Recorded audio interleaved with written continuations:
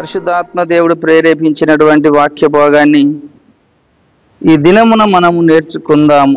ఆదికాండము 5వ అధ్యాయము 3వ వచనాన్ని చదువుకుందాము. అందరూ కూడా మీ పరిశుద్ధ గ్రంథాలను తెరవండి. ఆదికాండము 5వ అధ్యాయము 3వ వచనాన్ని చదువుతున్నాను, శ్రద్ధగా ఆలకించండి. ఆదాము 130 ఏండ్లు బ్రతికి తన పోలికగా తన స్వరూపమున కుమారుణ్ణి కని అతనికి సేతు అను పేరు పెట్టెను. దేవుని పిల్లలారా, ఈ చదువుకున్న వచన భాగాన్ని మనం ఒక్కసారి పరీక్షిస్తే ఈ భూమి మీద మొట్టమొదటి మానవుడుగా సృజించబడ్డటువంటి వ్యక్తి ఆదాము. ఆదాము కంటే ముందుగా ఏ మనుషుడు ఈ భూమి మీద సృజించబడలేదు, మానవుడు లేడు. దేవుడు ఈ భూమి ఆకాశములను చేసి పంచభూతాలను చేసి ఈ భూమి మీద ఉన్నవి కానీ ఆకాశమందు ఉన్నవి కానీ సూర్యచంద్రులను కానీ నక్షత్రాలను, ఆ తర్వాత భూమి మీద ఉన్న సముద్రాలను నదులను ఈ పంచభూతములతో కలిసినటువంటి సృష్టిని చేసిన తర్వాత 5 దినములలోగా సృష్టిని తయారు చేశాడు, సృష్టిని సృజించాడు. 6వ దినమున దేవుని స్వరూపములో దేవుని పోలికలో అతడు అనుకున్నాడట, మన స్వరూపమందు మన పోలిక చొప్పున నరుణ్ణి చేద్దాము అనుకున్నాడు దేవుడు. అనుకొని మొదటి మనుషుడైన ఆదామును దేవుడు దేవుని స్వరూపములో సృజించాడు.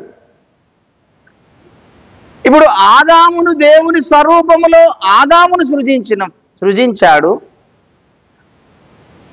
ఆదాములో నుంచి మళ్ళీ అవ్వమ్మను సృజించాడు. ఆ తర్వాత ఆదాములో నుంచి మళ్ళీ ఈ భూమి మీద జనరేషన్ పెరుగుతూ వస్తుంది. ఈ ఆదాము అవ్వల ద్వారానే ఈ భూమి మీద మానవ జాతి ఉత్పత్తి క్రమం అనేది జరుగుతూ వచ్చింది. ఆ జరుగుతూ వస్తున్న సందర్భంలో మనం చదువుకున్న వచన భాగంలో ఒక కీలకమైన మాటని దేవుడు ఆదాము మోషే ద్వారా మనకు ఆ మాటని రాయించి పెట్టాడు. ధర్మశాస్త్రాన్ని రాసింది మోషే కనుక ఈ సృష్టి క్రమాన్ని అంతా కూడా దేవుడు మోషేకు చెప్పాడు. కొండ మీదకి వెళ్ళినప్పుడు మోషేకు చెప్తే మోషే ఈ ఆదికాండాన్ని రాశాడు, నిర్గమకాండాన్ని రాశాడు, లేవి కాండాన్ని రాశాడు, సంఖ్యాకాండాన్ని రాశాడు, ద్వితీయోపదేశ కాండాన్ని రాశాడు. ఈ 5 కాండాలు కలిపితేనే ధర్మశాస్త్రము అన్నాడు. కనుక మోషే ద్వారానే భూమి యొక్క ఉత్పత్తి క్రమం ఏంటిదో, భూమిని ఈ పంచభూతాలను ఏ విధంగా సృజించబడ్డాయో అలాగనే మానవుడు ఏ విధంగా సృజించబడ్డాడో అదంతా కూడా దేవుడు మోషేకు చెప్పాడు. కనుకనే మోషే ఈ యొక్క అధ్యాయాల్లో దేవుడు చెప్పిన మాటలను మోషే రాసుకుంటూ వచ్చాడు. రాసుకుంటూ వచ్చిన మనం చదువుకున్న వచ్చిన భాగాన్ని ఒకసారి మనం పరీక్షిస్తే ఆదాము 130 ఏండ్లు గలవాడ తర్వాత అతడు సేతుని కన్నాడు అన్నాడు కదండి.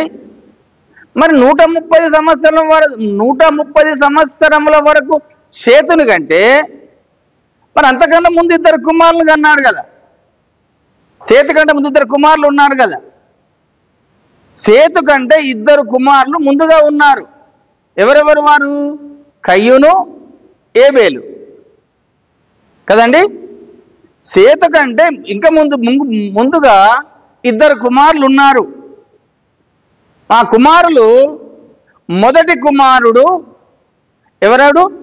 కయ్యూను. 2వ కుమారుడు ఏబేలు.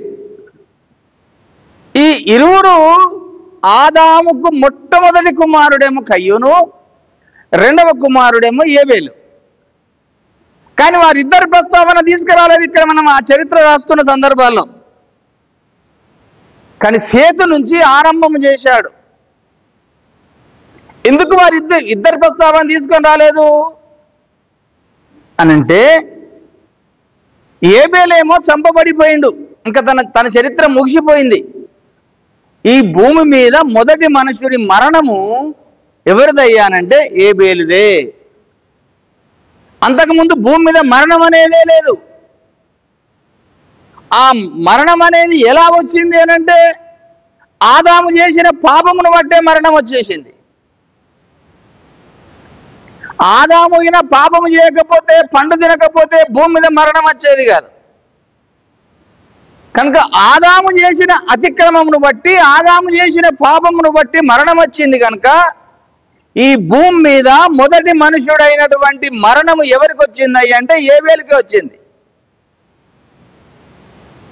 మరి కయ్యూను సంగతి ఏంటిది? కయ్యూను దుష్టుని సంబంధి అయి దేవునికి దూరం అయిపోయాడు. కయ్యూను ఎవరాడా? ఒకెళ్ళి ఆదాము కుమారుడైనప్పటికీ కయ్యూను దుష్టుని సంబంధిగా మారిపోయాడు. కనుకనే ఆ దుష్టుని సంబంధి అయినటువంటి కయ్యూను గురించి కూడా ప్రస్తావన తీసుకురాలేదు దేవుడు. సేతేమో చంపబడ్డాడు, కయ్యూనేమో దుష్టుని సంతతిగా మారిపోయాడు. ఇంకా వారి ఇద్దరు చాప్టర్ క్లోజ్ చేశాడు దేవుడు. కనుక సేతు నుంచి ఆరంభం చేశాడు మళ్ళీ దేవుని యొక్క ప్రణాళిక. దేవునికి స్తోత్రం కలుగునుగాక. చూడండి, యోహాను రాసిన మొదటి పత్రిక 3వ అధ్యాయము 12వ వచనంలో కయ్యూను గురించి మాట్లాడుతున్నాడు. అక్కడ పరిశుద్ధ ఆత్మ దేవుడు యోహాను గారికి తెలియజేస్తున్నాడు. యోహాను రాసిన మొదటి పత్రిక 12వ అధ్యాయము, మనము కయ్యూను వంటి వారమై ఉండరాదు. వాడు దుష్టుని సంబంధి అయి తన సహోదరుని చంపెను. వాడతన్ని ఎందుకు చంపెను? తన క్రియలు చెడ్డవియు తన సహోదరుని క్రియలు నీతి గలవై ఉండుటను కనుకనే కదా అన్నాడు. అంటే కయ్యూను క్రియలు చెడ్డ క్రియలు, తర్వాత ఏబేలు క్రియలు నీతి గల క్రియలు. ఈ చెడ్డ క్రియలేమో కయ్యూను పెట్టుకొని దుష్టుని సంబంధిగా మారిపోయి తనలో కోపం పెంచుకొని, క్రోధం పెంచుకొని తన సహోదరుని మీద పడి అన్యాయంగా ఏబేలుని చంపేశాడు. ఏబేలు రెండవ కుమారుడు ఆదాముకు, మొదటి కుమారుడు కయ్యూను, రెండవ కుమారుడు ఏబేలు. ఈ ఏబేలుని కయ్యూను దుష్టునికి సంబంధించిన వాడుగా మారిపోయి, ఎందుకు మారిపోయాడు దుష్టుని సంబంధిగా అంటే దేవుడు వారికి వాళ్ళమ్మ అవ్వమ్మ ఒక పద్ధతి చెప్పింది. అయ్యా, మేము దేవుని మాటను త్రోసివేసి తినవద్దన్న పండును తిని మేము దేవునికి దూరం అయిపోయాము నా కుమారులారా. మీరెలాగూ దేవునికి దూరం కాకుండా దేవునికి మీరు ఒక బలిపీఠాలు కట్టండి, దేవునికి మీరు నచ్చే విధంగా మెచ్చే విధంగా దేవుణ్ణి సంతోషపరచండి, దేవుణ్ణి ఆనందపరచండి, దేవునితోని మీరు సావాసము కలిగి ఉండండి అని ఆ యొక్క అవ్వమ్మ ఇద్దరు కొడుకులకు చెప్పినప్పుడు ఇద్దరు బలిపీఠాలు కట్టారు. ఏబేలు ఒక బలిపీఠం కట్టాడు, కయ్యూను ఒక బలిపీఠం కట్టాడు. కయ్యూను చేసినటువంటి తన పండించిన పంటలో నుంచి కొంత ఫలములు తీసుకొచ్చి బలిపీఠం మీద పెట్టాడు. ఏబేలేమో తన మందలో నుంచి ఒక గొర్రెపిల్లను తీసుకొచ్చి బలిపీఠం మీద పెట్టాడు. ఇద్దరు దేవునికి ప్రార్థన చేస్తున్న సందర్భంలో దేవుడు కయ్యూను ప్రార్థన అంగీకరించలేదు, ఏబేలు ప్రార్థన అంగీకరించాడు. ఏబేలు ప్రార్థన అంగీకరించినందుకు ఆ కయ్యూనుకు కోపం వచ్చేసి, ఆహా, నా ప్రార్థన అంగీకరించలేదు, వీని ప్రార్థన అంగీకరించిండని అతనిలో దుష్టుడు దూరి ఆ ఏబేలుని చంపించాడు. అప్పుడు ఏబేలు యొక్క రక్తము భూమి మీద నుండి దేవునికి మొరపెట్టింది. అప్పుడు కయ్యూను దేశ దిమ్మరి అయి ఊజు దేశానికి వెళ్ళాడట.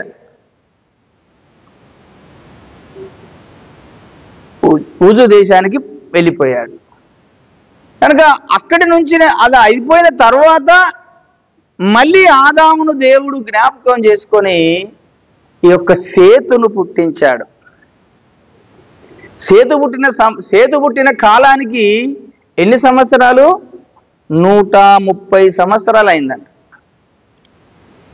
అంటే అంతకుముందు ఉన్న అనుభవము, దేవునితో నడిచిన అనుభవము, పాపము చేయకుండా పరిశుద్ధత కలిగి దేవునికి మాటకు లోబడి దేవుని మాట విధేయత చూపించి దేవుని మీదనే మనసు పెట్టి దేవునితో నడిచిన అనుభవము ఆదాముకు 100 సంవత్సరాలు ఉంది.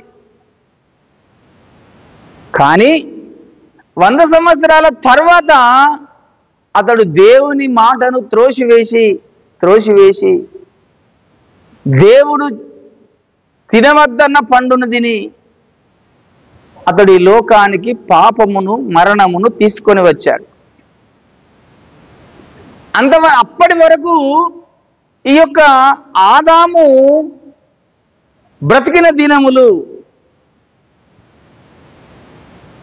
130 సంవత్సరములు. తర్వాత అతడు పిల్లలు కనడం మొదలుపెట్టాడు. ఇప్పుడు మొత్తము బ్రతికిన సంవత్సరాలు ఎన్ని? ఆదాము బ్రతికిన సంవత్సరాలు 930 సంవత్సరాలు. ఆదాము బ్రతికిన దినములన్నీ 930 సంవత్సరాలు ఆదాము బతికిండు. ఆ వచన భాగం కూడా చూడండి, మీకు ఇక్కడ 5వ వచనం కనబడుతుంది. సేతును కనిన తరువాత ఆదాము బ్రతికిన దినములు 800 ఏండ్లు. అతడు కుమారులను కుమార్తెలను కనెను. ఆదాము బ్రతికిన దినములన్నీ 930 ఏండ్లు. అప్పుడు అతడు మృతి పొందెను. దేవునికి స్తోత్రం కలుగునుగాక. అంటే 930 సంవత్సరములు ఆదాము బ్రతికిన దినములన్నీ. కనుకనే సేతును కనిన తర్వాత ఆదాము బ్రతికిన దినములు 800 సంవత్సరాలు. సేతుని కనక ముందు అతడు దేవునితో నడిచినది 100 సంవత్సరాలు. ఆ 30 సంవత్సరాలు మాత్రము అతడు కుమారులను కుమార్తెలను కనుక్కుంటూ వచ్చాడట, పిల్లల్ని కనుక్కుంటూ వచ్చాడు.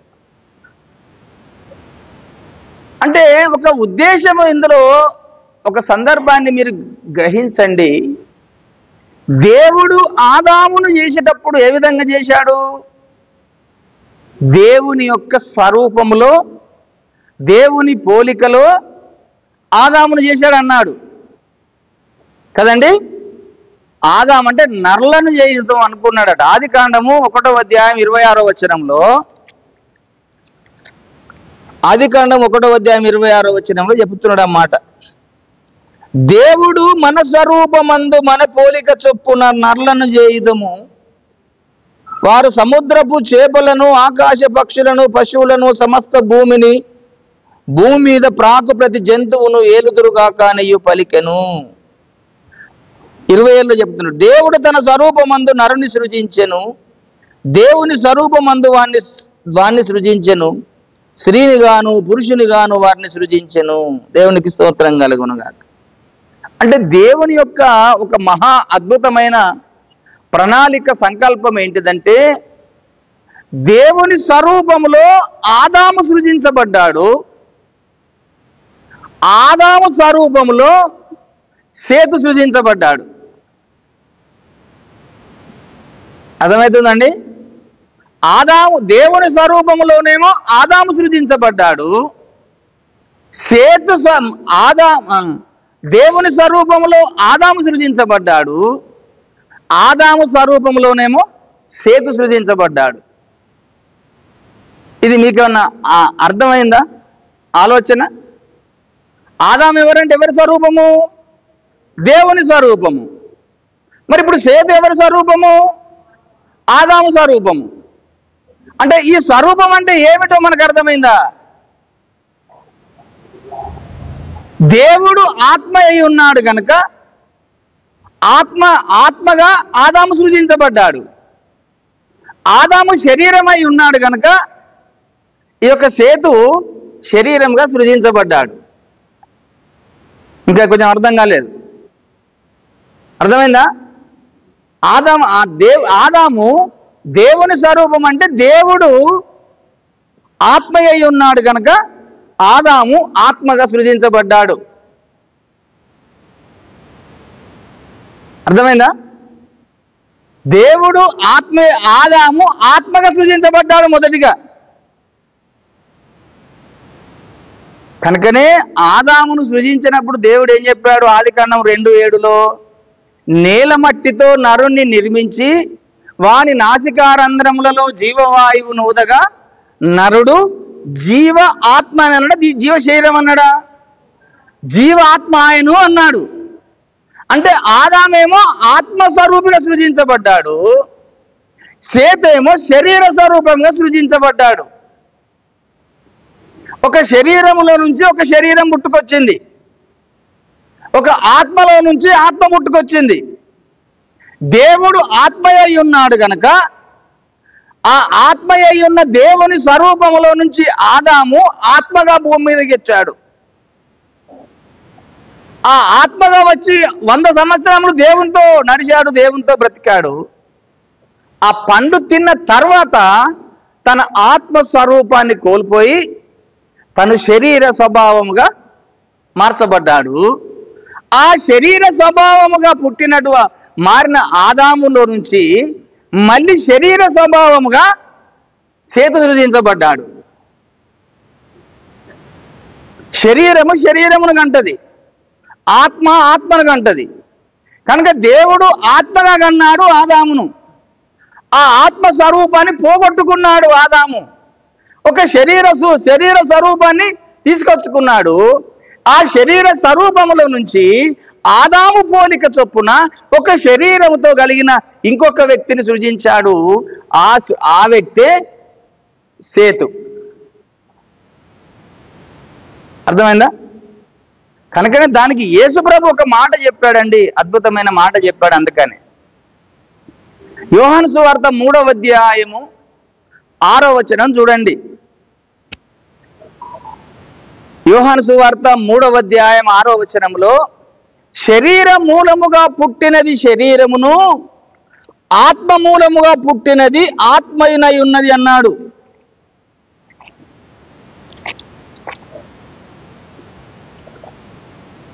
చూశారండి? 3వ అధ్యాయం 6వ వచనంలో చదువుతున్నాను. శరీర మూలముగా జన్మించినది శరీరమును, ఆత్మ మూలముగా జన్మించినది ఆత్మయునై ఉన్నది అన్నాడు. ఇప్పుడు శరీర మూలముగా జన్మించేది ఏంటిది? శరీర మూలంగా జన్మించేదంతా శరీరం, ఆత్మ మూలంగా జన్మించేదంతా ఆత్మ. ఇప్పుడు దేవుని స్వరూపములో నరుని సృజించినప్పుడు దేవుడు ఏ స్వరూపంలో ఉన్నాడు? ఆత్మగా ఉన్నాడు. ఆదాము ఏ విధంగా సృజించబడ్డాడు? ఆత్మగా సృజించబడ్డాడు. ఆత్మగా సృజించబడిన ఆదాము దేవునితో 100 సంవత్సరాలు బ్రతికాడు, జీవించి ఉన్నాడు. ఆ తర్వాత దేవుడి మాటను త్రోసివేసి దేవుని మాటను ధిక్కారం చేసి తినవద్దన్న పండును తిని తనలోనికి పాపమును తెచ్చుకున్నాడు, మరణమును తెచ్చుకున్నాడు. అప్పుడు శరీర స్వభావముగా మారిపోయాడు ఆదాము. ఆత్మస్వరూపం కాస్త పోగొట్టుకున్నాడు. దేవుడు ఆత్మగా ఉండి మహిమగా ఉన్నాడు కనుక ఆ మహిమను పోగొట్టుకున్నాడు ఆదాము. కీర్తనల గ్రంథం 8వ కీర్తన 4వ వచనంలో, కీర్తనల గ్రంథం 8వ కీర్తన 4వ వచనంలో ఒక అద్భుతమైన మాటని దేవుడు అక్కడ రాయించి పెట్టాడు.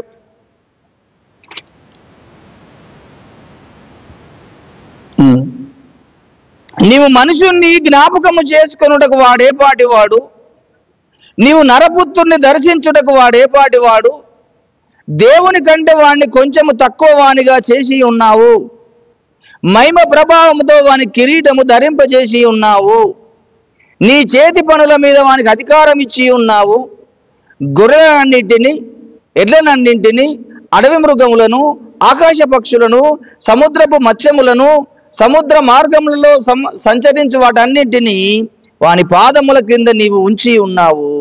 యెహోవా మా ప్రభువా, భూమి అందంతట నీ నామము ఎంతో ప్రభావము గలది. దేవునికి స్తోత్రం కలుగునుగాక. నరుణ్ణి దేవుడు జ్ఞాపకం చేసుకోవడానికి వాడు ఏ పాటి వాడు అంటున్నాడంటే దేవుని కంటే వానిని కొంచెము తక్కువ వానిగా చేశాడు. మహిమ ప్రభావముతో వాని కిరీటము ధరింపజేసి మహిమతో నింపాడు ఆదాముకు దేవుడు. ఆ పండు తిన్న మరుక్షణమే దేవుని మహిమ కాస్త వెళ్ళిపోయింది.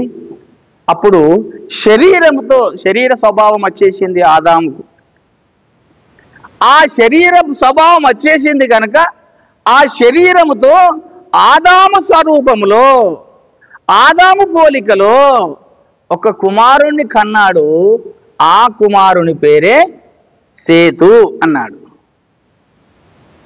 ఆ మాట అంటే అందుకని చూడండి, ఆది కాండంలోని మొదటి వచనంలో చదువుదాం.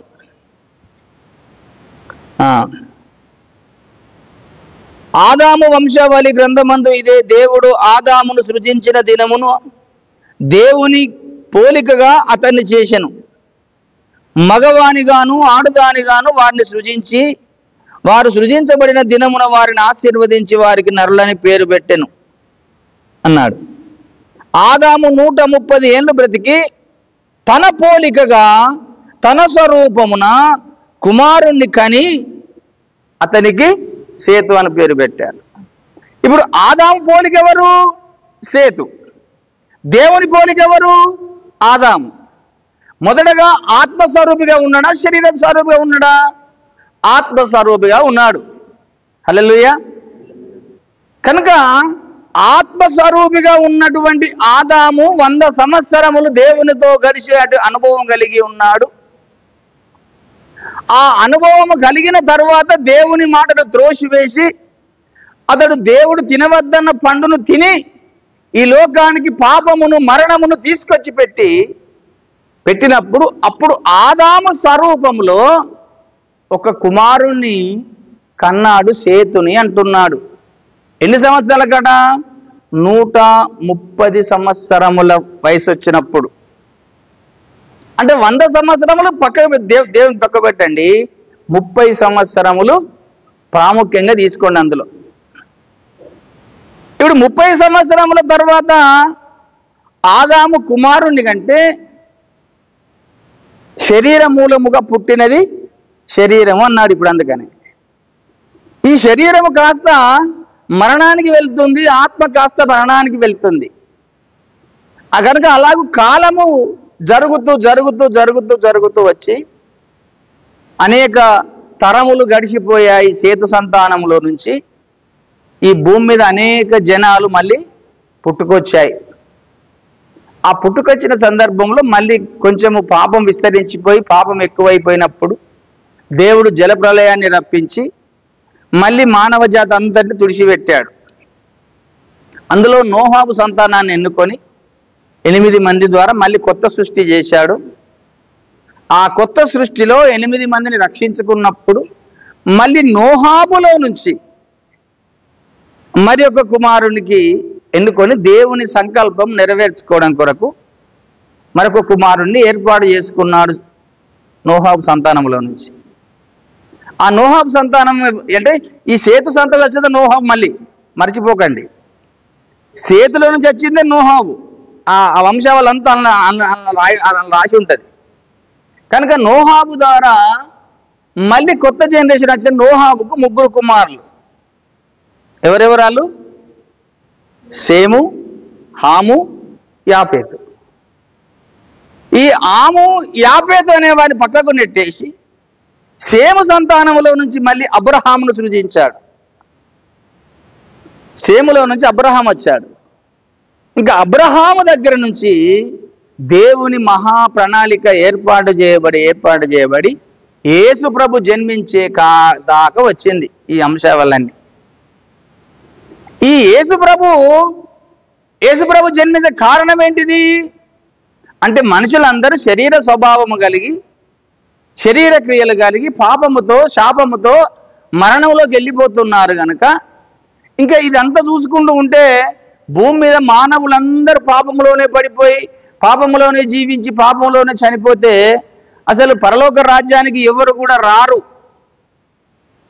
పరలోక రాజ్యం ఖాళీగా ఉంటుంది, దేవుని రాజ్యం ఖాళీగా ఉంటుంది. కనుక దేవునికంటూ ఒక రాజ్యం ఉన్నది. ఆ రాజ్యంలో మానవులు ఉండాలనే ఉద్దేశం కొద్దీ ఆత్మస్వరూపిగా ఉన్న దేవుడు, ఇక్కడ బాగా గమనించండి, ఆత్మస్వరూపిగా ఉన్న దేవుడు ఈ లోకానికి ఒక శరీరమును ధరించుకొని వచ్చాడు. కదండి. శరీరమును ధరించుకొని వచ్చి అతడు 30 సంవత్సరముల వరకు శరీరక సంబంధమైన అదే విధంగా బ్రతికాడు. 30 సంవత్సరముల వరకు అతడు దేవుని గురించిన ప్రస్తావన ఎక్కడ చేయకుండా తన చిన్నతనంలో నుంచే జ్ఞానంతో ఎదుగుతూ, దేవుని దయలో ఎదుగుతూ, దేవుని యొక్క పనుల్లో అక్కడక్కడ వాదించుకుంటూ అంతే పెరిగాడు. కానీ 30 సంవత్సరములు అయిన తర్వాత అతడు 3.5 సంవత్సరాలు మాత్రమే అద్భుతంగా దేవుని యొక్క పని జరిగించడానికి ముందుకు వచ్చాడు యేసుప్రభు. దేవునికి స్తోత్రంగా. ఎప్పుడట? 30 సంవత్సరములు అయ్యేంత వరకు యేసుప్రభు ఏ పని కూడా చేయలేదు. 30 సంవత్సరములు అయిన తర్వాత ఆయన దేవుని పని 3.5 సంవత్సరాలు చేశాడు. అంటే అక్కడ ఆదాము 30 సంవత్సరముల నుంచి పిల్లలు కానీ భూమి మీద నిండించాడు. యేసుప్రభు 30 సంవత్సరముల వరకు ఏ పిల్లల్ని కనలేదు. కానీ 30 సంవత్సరాలు దాటిన తర్వాత దేవుని సువార్త ప్రకటిస్తూ దేవుని పిల్లలను కనడము మొదలుపెట్టాడు. దేవునికి స్తోత్రం కలుగునుగాక. మొదటి ఆదామేమో శరీరాన్ని కనే శరీర సంబంధమైన పిల్లల్ని కన్నాడు. కానీ యేసుప్రభు ఆత్మ సంబంధమైన పిల్లల్ని కనడం కొరకు ఆయన ప్రయాసపడ్డాడు. హల్లెలూయా. మొదటి మనుషుడైన మొదటి ఆదామేమో ద్వారానేమో శరీరక సంబంధమైన పిల్లలు ఈ లోకంలోకి వచ్చారు. కడపటి ఆదామైన యేసుప్రభు ఏమో పరలోకంలోకి పిల్లల్ని కనడం మొదలుపెట్టాడు. ఆయనేమో ఆత్మస్వరూపిగా ఉండి ఈ లోకంలోకి వచ్చాడు. ఈయనేమో ఆత్మస్వరూపాన్ని కోల్పోయి శరీర స్వభావంలోకి వచ్చాడు ఆదాము. అతడు 30 సంవత్సరాల పిల్లలు కన్నాడు. ఇతడు 30 సంవత్సరాల వరకు దేవుని గురించి సువార్త చేయడం మొదలు పెట్టాడు. అర్థమవుతుందా? ఆదాము 100 సంవత్సరములు దేవునితో ఆత్మస్వరూపిగా ఉండి తర్వాత పిల్లల్ని కనలేదు. ఈ 30 సంవత్సరాలతో పిల్లల్ని కనడం మొదలు పెట్టాడు. దేవుడు ఆ పరలోకంలో ఉన్నాడు. 30 సంవత్సరాలు వచ్చేంత వరకు అతడు ఏ పిల్లల్ని కనలేదు. ఆత్మస్వరూపిగా ఉన్న దేవుడు శరీరం ధరించుకొని వచ్చాడు కనుక. కానీ 30 సంవత్సరములు దాటిన తర్వాత అతడు సువార్త చేసి పిల్లల్ని కనడం మొదలుపెట్టాడు. ఇక్కడ మీకు ఆశ్చర్యం వేయవచ్చు, యేసుప్రభు ఎక్కడ పిల్లల్ని కన్నాడు, ఏ పిల్లల్ని కన్నాడు అని కదండి. యేసుప్రభు కన్న పిల్లలు శరీరక సంబంధమైన పిల్లలు కాదు, ఆత్మ సంబంధమైన పిల్లల్ని కన్నాడు ఆయన. మన ఆత్మలను బ్రతికించే పిల్లల్ని కన్నాడు. ఆదామేమో ఆత్మలను చంపేసే పిల్లల్ని కన్నాడు. యేసుప్రభు ఏమో ఆత్మలు బ్రతికించే పిల్లల్ని కన్నాడు. కనుకనే యేసుప్రభు కూడా 30 సంవత్సరముల వరకు ఆయన ఈ లోకంలోనే బ్రతికున్నాడు. కానీ అతడు సువార్త చేయలేదు ఇంకా. కానీ 30 సంవత్సరములు దాటిన తరువాత 3.5 సంవత్సరాలు యేసుప్రభు దేవుని పిల్లల్ని కనడం మొదలు పెట్టాడు. హల్లెలూయా. చూడండి, లూకా సువార్త 3వ అధ్యాయము 23వ వచనం చూద్దాం ఒకసారి. లూకా సువార్త 3వ అధ్యాయం 23వ వచనంలో ఒక అద్భుతమైన మాట అక్కడ దేవుడు రాయించి పెట్టాడు. యేసు బోధింప మొదలు పెట్టెను. ఆయన దాదాపు 30 ఏండ్ల ఈడు గలవాడు. ఆయన యోసేపు కుమారుడని ఎంచబడెను. యోసేపు ఏలికి అన్నాడు ఇక్కడ. యేసు ఎప్పుడు బోధించ మొదలు పెట్టిండట? 30 ఏండ్ల గలవాడైన తర్వాత. దేని గురించి బోధించాడు? దేవుని రాజ్య సువార్త గురించి బోధించాడు. దేవుని రాజ్యమునకు పిల్లల్ని కనడం కొరకు బోధించాడు. కనుకనే శరీర మూలముగా పుట్టినది శరీరము, ఆత్మ మూలంగా పుట్టినది ఆత్మ ఉన్నప్పుడు ఆయన ఆత్మస్వరూపి అయి శరీరధారిగా వచ్చి ఆత్మలు బ్రతికించి దేవునికి పిల్లలు అనే ఉద్దేశంలో ఆయన దేవుని రాజ్య సువార్తను ప్రజలకు బోధించడం మొదలుపెట్టాడు. బోధిస్తున్నాడంటే పిల్లల్ని కనే విధానం. ఈ శరీర మూలంగా కనే పిల్లలు శరీర మూలంగా కంటాము, కానీ ఆత్మ మూలంగా కనే పిల్లలు దేవుని వాక్యం వలన పుట్టినవారు అంటాడు. అందుకని దేవునికి స్తోత్రం కలుగును గాక. ఆత్మ మూలంగా కనే పిల్లలు ఎవరయ్యా అంటే దేవుని వాక్యము మూలముగా పుట్టినటువంటి వారు. వారు మనిషేచ్ఛల వలన పుట్టినవారు కాదు. ఒక స్త్రీ పురుషుని కలయిక వల్ల పుట్టినటువంటి వారు కాదు. ఈ లోకంలో శరీర మూలంగా పుట్టే పిల్లలు ఎవరంటే ఒక స్త్రీ పురుషుడు శరీరం కలిగినప్పుడు పుట్టే పిల్లలు. కానీ ఆత్మ మూలంగా పుట్టే పిల్లలు ఎవరయ్యా అంటే దేవుని వాక్యం వలన పుట్టే పిల్లలు. దేవునికి స్తోత్రం కలుగును గాక. మొదటి పేతురు పత్రిక 1వ అధ్యాయంలో ఒక వచన భాగాన్ని చూద్దాం. మొదటి పేతురు పత్రిక 1వ అధ్యాయంలో దేవుని వాక్యము ఈ విధముగా మనకు కనబడుతుంది. 22వ వచనం చదువుచున్నాను. మొదటి పేతురు పత్రిక 1:22లో, మీరు క్షయ బీజము నుండి కాక శాశ్వతమగు జీవము గల దేవుని వాక్యం మూలముగా అక్షయ బీజము నుండి పుట్టింపబడిన వారు గనుక నిష్కపటమైన సహోదర ప్రేమ కలుగునట్లు మీరు సత్యమునకు విధేయులవుట చేత మీ మనసులను పవిత్రపరుచుకున్న వారై ఉండి ఒకరినొకడు హృదయపూర్వకముగాను మిక్కటముగాను ప్రేమించుడి. దేవునికి స్తోత్రం కలుగును గాక. ఇది ఎలా పుట్టారట? అక్షయ బీజము నుండి పుట్టారు. అక్షయ బీజం అంటే ఏంటిది? దేవుని వాక్యం అనే అక్షయ బీజము నుండి పుట్టారు. దేవుని వాక్యాన్ని బోధించాడు యేసు ప్రభు. ఆ వాక్యము వినినటువంటి వారందరూ మారు మనసు పొంది బాప్తిసం పొంది రక్షణలోకి వచ్చి యేసయ్య రక్తము యేసయ్య శరీరాన్ని మనం భుజిస్తున్నాం కనుక ఆ శరీరంలో ఏం లేదట? జీవం ఉన్నది, మరణం లేదు శరీరానికి. ఇదేమో అక్షయమైపోయే శరీరం. ఇదేమో నశించిపోయే శరీరం, క్షయమైపోయే శరీరం. ఈ శరీరం క్షయమైపోయే శరీరం కోసం పుట్టిందేమో శరీర సంబంధమైన జన్మ. దానికి మించింది అక్షయమైన శరీరం అని అంటే దేవుని శరీరానికి మరణము లేని శరీరం యేసయ్య శరీరం. అది అక్షయమైన శరీరం.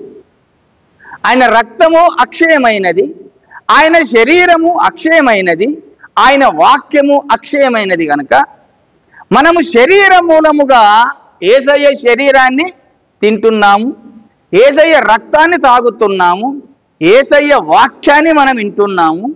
ఆ వాక్యం వలన పుట్టిన పిల్లలమే మనందరము. దేవునికి స్తోత్రం కలుగును గాక. ఇప్పుడు మనం అందరం ఎవరము? దేవుని యేసయ్య పిల్లలం. ఏ విధంగా అయ్యాము అంటే దేవుని వాక్యం మూలముగా పుట్టాం మనం, దేవుని రక్త మూలంగా పుట్టాం మనం, దేవుని శరీర మూలంగా పుట్టాం మనం. దేవుని శరీరము నశించిపోనిది, దేవుని యొక్క రక్తము నశించిపోనిది, దేవుని వాక్యము నశించిపోనిది. అది నిరంతరము యుగ యుగాలు ఉండేది.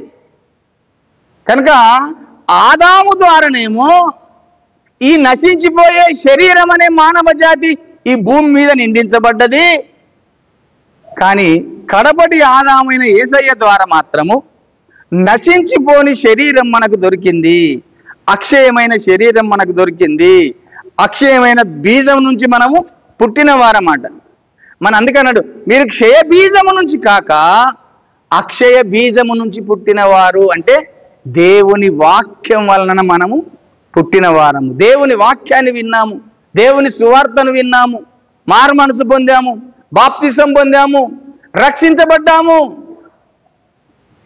దేవుని రక్త శరీరాన్ని మనం భుజించుకుంటూ దేవుని వాక్యము మన ఈ దేహంలో నింపుకుంటూ మన ఆత్మను బ్రతికించుకునే వారముగా, ఆత్మ సంబంధమైన పిల్లలముగా దేవుని కొరకు భూమి మీద బ్రతుకుతున్నాం. దేవునికి స్తోత్రం కలుగును గాక. అందుకొరకే ఆదాము ఏ విధంగా 30 సంవత్సరముల తర్వాత సేతుని కన్నట్టుగా యేసు ప్రభు కూడా 30 సంవత్సరాల తర్వాత మనల్ని కన్నాడు. కనుకనే మొదటి ఆదామేమో శరీర సంబంధి, కడపటి ఆదాము ఆత్మ సంబంధి. మొదటి ఆదాము ద్వారా మరణం వచ్చేసింది, కడపటి ఆదాము ద్వారా జీవం వచ్చేసింది లోకంలోకి. ఆ వచన భాగాన్ని కూడా మనం ఒకసారి గుర్తు చేసుకుందాం. మొదటి కొరింథీ పత్రిక 15వ అధ్యాయము. కొరింథీలకు రాసిన మొదటి పత్రిక 15వ అధ్యాయంలో ఆ మాట రాశాడు పరిశుద్ధాత్మ దేవుడు.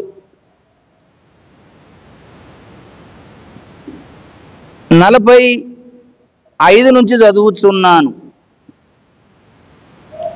లేదా 44 నుంచి చదువుతున్నాను. ప్రకృతి సంబంధమైన శరీరముగా విత్తబడి ఆత్మ సంబంధమైన శరీరముగా లేపబడును. ప్రకృతి సంబంధమైన శరీరం ఉన్నది కనుక ఆత్మ సంబంధమైన శరీరము కూడా ఉన్నది.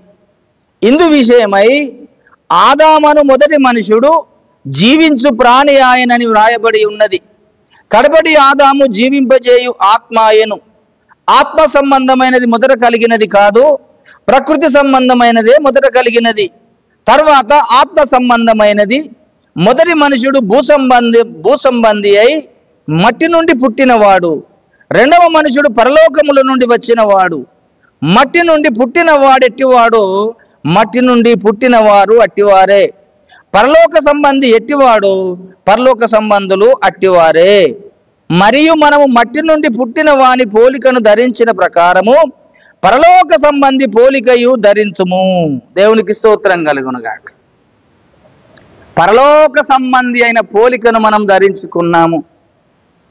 దేవుని యొక్క ఆదాము ఏదైతే దేవుడిచ్చిన మహిమను పోగొట్టుకొని దేవుడిచ్చిన ఆత్మను చంపేసుకున్నట్టుగా అక్కడ చచ్చిపోయింది. కానీ యేసయ్య మళ్ళీ భూమి మీదకి వచ్చి చచ్చిపోయిన ఆత్మను మళ్ళీ బ్రతికించి మళ్ళీ మనకు దేవుని మహిమతో మనల్ని నింపడానికి వచ్చాడు. దేవుని స్వరూపంలో మనం మార్చడానికి వచ్చాడు. దేవుని పోలికలు మనం తయారు చేయడానికి వచ్చాడు. అందును బట్టి మొదటి మనుషుడు మట్టి నుంచి పుట్టినవాడు, కడపటి మనుషుడు పరలోకంలో నుంచి వచ్చినటువంటి వాడు. మనం మట్టి నుండి పుట్టిన వాని పోలికల నుంచి మారిపోయి పరలోక సంబంధమైన వాని పోలికలోకి మనము మార్చబడుతున్నాం. శరీర సంబంధమైన పుట్టిన వాని పోలికను మనం చచ్చిపోయి ఆత్మ మూలంలో బ్రతికించబడి ఆత్మలో మనం దినదినం ఎదుగుచూ మళ్ళీ ఆత్మ స్వరూపిగా మనం ముందుకు సాగుతున్నాం. కనుక దేవుని పిల్లలారా, మొదటి మనుషుడు 30 సంవత్సరములు 130 సంవత్సరాల పిల్లలు కన్నాడు. అతడు మరణాన్ని తెచ్చాడు, పాపాన్ని తెచ్చాడు. కడపటి మనుషుడైన ఆదాము 30 సంవత్సరాలు లోకానుసారంగా ఉండి 3.5 సంవత్సరాలు దేవుని పిల్లలుగానే బాధ్యత కలిగి ఉండి 3.5 సంవత్సరాలు దేవుని పరిచర్య చేసుకుంటూ భూమి మీద అనేకుల పిల్లల్ని కానీ పరలోకాన్ని నింపుతున్నాడు. దేవునికి స్తోత్రం కలుగునుగాక. మొదటి మనుషుడేమో భూమిని నింపాడు, కడపటి మనుషుడైన ఆదామేమో పరలోకాన్ని నింపుతున్నాడు. కనుకనే తన్ను ఎందరు అంగీకరించుదురో వారందరూ దేవుని పిల్లలగుటకు ఆయన అధికారము అనుగ్రహించెను అన్నాడు. యోహాను సువార్త 1వ అధ్యాయం 12వ వచనంలో ఆ మాట ఉంటుంది, చూద్దాం ఒకసారి. యోహాను సువార్త 1వ అధ్యాయము 12వ వచనంలో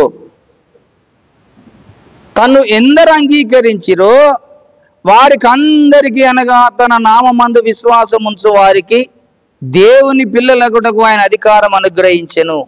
వారు దేవుని వలన పుట్టిన వారే గాని రక్తము వలనైనను శరీర చర్యల వలనైనను మనిషి చర్యల వలనైనను పుట్టిన వారు కారు. దేవునికి స్తోత్రం కలుగునుగాక. దేవుణ్ణి యేసయ్యను అంగీకరించిన వారు శరీర మూలంగా పుట్టిన వారు కారు. అక్షయ బీజము నుంచి ఆత్మ వలన పుట్టినవారు.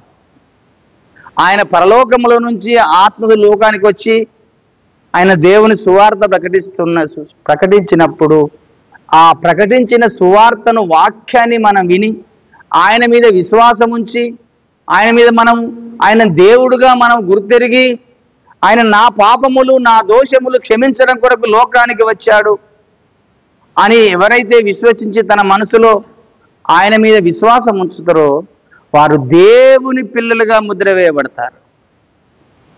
వారి ఆత్మలు రక్షించబడతాయి. ఈ శరీరం మాత్రం మట్టిలో కలిసిపోతుంది. కానీ మనలో ఉన్న ఆత్మ రక్షించబడి ఆ ఆత్మ దేవుని రాజ్యంలో, పరలోక రాజ్యంలో ఉండడం కొరకే ఆయన ఆత్మ అయి ఉన్న దేవుడు శరీరముగా మార్చబడి వచ్చింది. శరీరం ధరించుకొని శరీరధారిగా వచ్చాడు. ఆత్మస్వరూపిగా సృజించబడిన వ్యక్తి ఏమో ఆత్మను పోగొట్టుకొని శరీర స్వభావంగా భూమి మీద బ్రతికాడు. కనుక ఈ పరిశుద్ధ గ్రంథమైన బైబిల్ సారాంశం అంతా ఇద్దరు మనుషుల లెక్కలే కనబడతాయి. ఇద్దరు మనుషుల లెక్కే కనబడుతుంది. ఒకటి మొదటి మనుషుడు ఆదాము, కడపటి మనుషుడు యేసయ్య. వీరి చరిత్రే కనబడుతుంది. ఇందులో మరి ఒక్క మనుషుడు వచ్చాడు, మరి ఒక్క మనుషుడు రాబోతున్నాడు. వాడే అబద్ధ క్రీస్తు, అతి త్వరలో రాబోతున్నాడు. వానికి ఇచ్చిన సమయం కూడా 3.5 సంవత్సరాలే. వాడు భూమి మీద పరిపాలించే విధానము, తన కార్యకలాపాలు జరిగే విధానంలో వానికి చివరిగా ఇచ్చినటువంటి కాలం ఎంత అంటే 3.5 సంవత్సరాలు.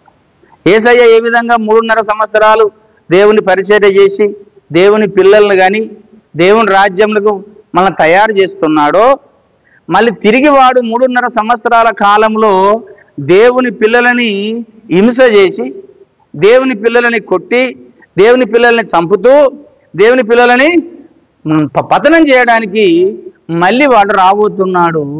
వానికి ఇచ్చిన అధికారం కూడా 3.5 సంవత్సరాలు. ఈ పరిశుద్ధ గ్రంథంలో చాలా అద్భుతంగా కొన్ని లెక్కలు ఉన్నాయి. ఆ లెక్కలు తీస్తే మనకు ఆశ్చర్యం వేస్తుంది. కనుక ఆదాము మొదలుకొని కడపటి ఆదాము వచ్చినప్పటికీ 4000 సంవత్సరములు గడిచిపోయింది. మొదటి ఆదాము మొదలుకొని కడపటి ఆదాము భూమి మీదకి వచ్చే వరకు 4000 సంవత్సరాల కాలము గడిచిపోయింది. ఆయన వచ్చిపోయి ఇప్పుడు 6000, ఇంకా 2000 సంవత్సరాలు అయిపోయింది. ఇప్పుడు ఆయన వచ్చి 6000 సంవత్సరాలు గడిచిపోయింది. ఇప్పుడు 6000 సంవత్సరములు గడిచిపోయి 25 సంవత్సరాల కాడ ఉన్నాం మనం కదండి. ఆయన వచ్చిపోయి ఇప్పుడు ఎంత అయిపోతుంది? 6025 సంవత్సరాలు అయిపోయింది. ఆయన ఎప్పుడు వెళ్ళిపోయాడు ఈ భూమి మీద నుంచి? 2000 సంవత్సరాలప్పుడు పుట్టాడు, 33.5 సంవత్సరాలు జీవించాడు, 30 సంవత్సరాలు లోకానుసారంగా ఉన్నాడు, 3.5 సంవత్సరాలు ఆయన పరిచర్య చేశాడు, దేవుని పిల్లల్ని కన్నాడు. 33.5 సంవత్సరాలకు ఆయన మరణించి సమాధి చేయబడి లేచి వెళ్ళిపోయాడు కదండి. అలాగనే ఇప్పుడు 25 సంవత్సరాల కాడ ఉన్నాం మనము. ఇంచుమించు ఇంకొక 8 సంవత్సరాల కాలం ఈ భూమి మీద పరిస్థితి ఎదురవుతుందేమో అనిపిస్తుంది. ఎందుకు అనంటే ఆయన చెప్పిన గుర్తులన్నీ నెరవేర్చబడుతున్నాయి. చెప్పిన ప్రతి మాట నెరవేర్చబడుతుంది. యుద్ధాలు వస్తున్నాయి, అనేక కరువులు వస్తున్నాయి, భూకంపములు వస్తున్నాయి కదండి. రకరకాల పరిస్థితులు ఎదురవుతున్నాయి.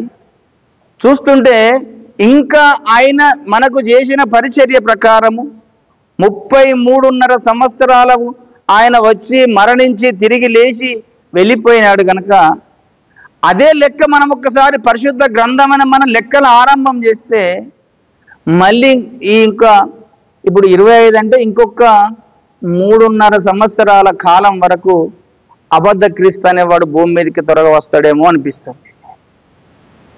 ఎందుకంటే వాడు ముందుగడ రావాలి, అబద్ధ క్రీస్తు మొదట రావాలి, 2 సాక్షులు రావాలి భూమి మీదకి. వాళ్ళకి ఇచ్చిన పీరియడ్ కూడా 3.5 సంవత్సరాలే. వాళ్ళకు కూడా 3.5 సంవత్సరాల కాలమే వాళ్ళు కూడా భూమి సువార్త ప్రకటిస్తారు. ఈ విషయాలు రేపు మనకు అవసరమైతే రేపు సేవకుల కూడికలు చెప్పుకుందాం, దాంట్లో విషయాలు చెప్పుకుందాం.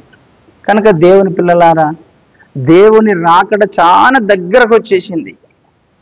మన యేసయ్య రాకడ చాలా దగ్గరకు వచ్చేసింది కనుక మనం ఇప్పుడు చేయవలసిన పనుల్లో ఒక్కటే, ప్రార్థనలో ఎక్కువ ఉండండి, పరిశుద్ధత కలిగి జీవించండి, మీ ఆత్మకు శక్తిని సంపాదించుకునే విధంగా బ్రతకండి. మన ఆత్మకు శక్తి లేకపోతే ఆయన వచ్చినప్పుడు ఆయన ఎదుర్కోవడం కష్టమైపోతుందట. ఆయన ఎదుర్కోవడం కష్టమైపోతుంది. ఆ మాట చెప్పాడు ప్రభు, నేను చెప్పడం కాదు. లూకా సువార్త 21వ అధ్యాయము 36వ వచనంలో ప్రభు ఆ మాట చెప్పాడు చూడండి. ఆయన వచ్చే సమయానికి మీరు శక్తి గలవారై ఉండుడి అన్నాడు.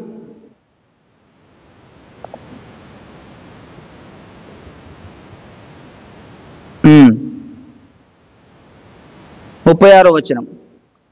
కాబట్టి మీరు జరగబోవు వీటి నెల్లను తప్పించుకొని మనుష్య కుమారుని ఎదుట నిలవబడుటకు శక్తి గలవారగునట్లు ఎల్లప్పుడూ ప్రార్థన చేయించు మెలకువగా ఉండు అని చెప్పాను. దేవునికి స్తోత్రం కలుగునుగాక.